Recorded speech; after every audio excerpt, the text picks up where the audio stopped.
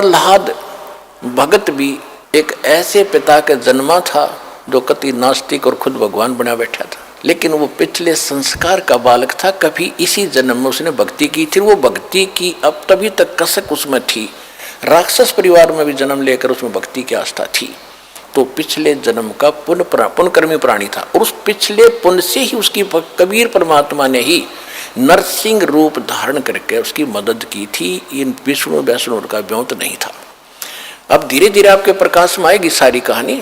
अभी तो मूर्ख बना रखा था हमने, सिर्फ एक सटोरी सी बना कर छोड़ दी थी, कथा सुना दी थी। प्रहलाद को क्यों बचाया, अन्य को क्यों नहीं बचाया कभी ऐसा? और यहाँ सबको बचाएंगे जो जो नाम ले रहे थे, आप तारे सामने दिखा दूंगा कितने रक्षा कर रहे परमात्मा, पल पल में कर रहे हैं। ऐसी ऐसी दुर्घटना सुनाते हैं बच्चे, ऐसी ऐसी परिस्थितियों में परमात्मा मदद करते हैं। अब प्रत्येक के साथ कर रहा है। वो पिछले जन्म के थे, अब ताजे और बना दिए हमने, अब इनसे भी साथ होगा भगवान, इनके प्रतिफल भी आपको देना शुरू कर देगा।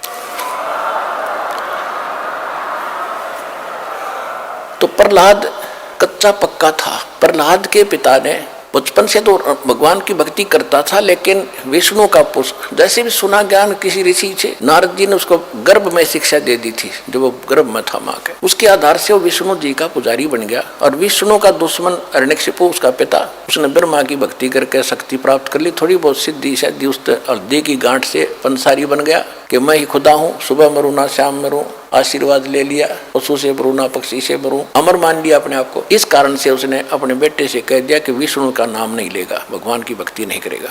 अब वो कुछ उसको क्या किया कि एक सांडा और मुर्का नाम के दो भाई थे ब्राह्मण, वो आचार्य थे, गुरु थे, जो उस प्रहलाद को और वहाँ के अन्य ब्राह्मणों के बच्चों को पढ़ा करते। ये खुद भी ब्राह्मण था हिरण्यकशिपु। तो प्रहलाद को उनके पास भेज दिया कि तुम इनको पढ़ाओ और मेरे को भगवान इसके अंदर दचाओ।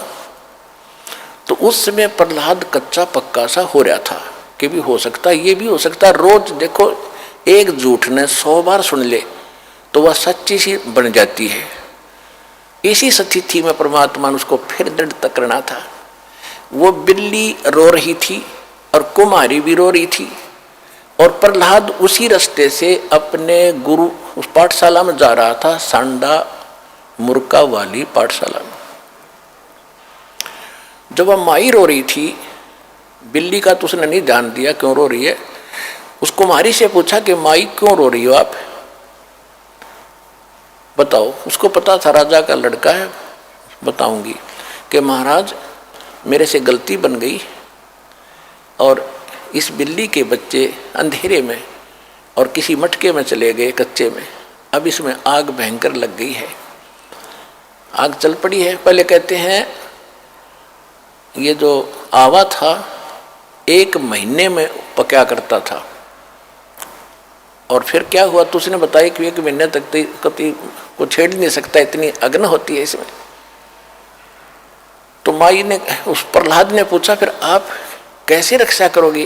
कि भगवान करेगा, अब मनुष्य नहीं कर सकता, अब जीव नहीं रक्षा कर सकता, अब तो राजा भी नहीं कर सकता। राजा मान ले सैनिकों को बुलाकर मटके तो बुझा सके, मटके निकाल सके, लेकिन वो तो मर लेंगे, इतने एक का जल में मर जाएंगे वो बेचारे, तो भगवान ही बचा सकता है। क्या माई भगवान विष्णु जिससे भी भगवान है, यानी क्या माई भगवान इतना ताकतवर है कि वहां भी रक्षा कर देता है? कहाँ बेटा, हाँ महाराज, परमात्मा इसीलिए कहते हैं। कहने लगा माई जब तुम ये आवा तुम्हारा पक जावे, तो उसने पूछा क्या तुझे विश्वास है माई कैसा होगा? कहा मुझे पूरा विश्वास है अपने भगवान पर। तो उसने, प्रहलाद ने कहा कि जब तुम्हारा ये आवा पक जावे, ये किलन भट्टे मटके पकाने का भट्ठा, उसको आवा बोलते हैं, पूजा आवा, तो जब ये पक जाओ तो मुझे बुलाना, उसके बाद इसको खोलना, और यदि ये बच्चा जीवित पागे तो मैं भी इस भगवान के अतिरिक्त किसी को मानूंगा नहीं, किसी की भी, और नहीं तो माई खबरदार आज के बाद तूने राम का नाम यहाँ पर ले दिया, मेरे पिता का नाम लिया करो। उसका रंग टिट गया था थोड़ा सा, तुझे मालूम नहीं मेरे पिता को पता लग गया तेरे को जान से मरवा देगा। तो माई कहने लगी मुझे मालूम है, लेकिन मेरी मजबूरी है, आपके पिताजी भगवान नहीं है और इनको नहीं बचा सकते, मेरा भगवान बचाएगा। इस कारण से क्या हुआ, परमात्मा ने ऐसी अगले ही दिन ऐसी ठंडी हवा चलाई। वो तो लीला थी दाता की। 3 दिन के अंदर, पहले एक महीने में पकता था, 40 दिन में, 3 दिन में हवा पक कर तैयार हो गया और आग बुझ गई, कति ठंडी होगी। अब राजा के लड़के का आदेश था, जब प्रहलाद आया पाठशाला में जाने के लिए, कहा महाराज आज आवा मालिक की दया से 3 दिन में पक गया, आज हम इसको खोलेंगे। प्रहलाद वहीं बैठ गया और खोलो, वो निकाला। एक मटके में जिसमें वो बच्चे थे उसका अग्नि की आंच भी नहीं लगी थी, न्यू का न्यू कच्चा था, बच्चे सुरक्षित थे।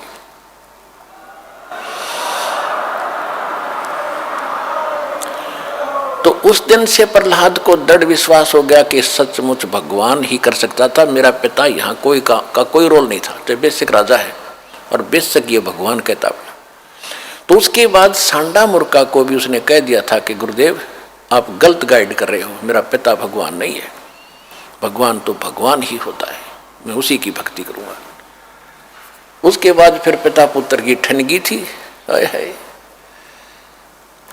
पावेगा अपना किया रे, भोगेगा अपना किया रे मन तू, पावेगा अपना किया रे, भोगेगा अपना किया रे। प्रहलाद पैज परवान करी है, धर नर सिंह अवतारे।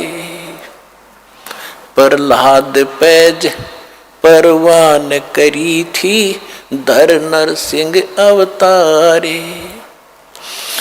दीन दयाल दया कर उतरे, एरना कुछ उदर वेदारे, मन तू पावेगा अपना किया रे, भोगेगा अपना किया रे।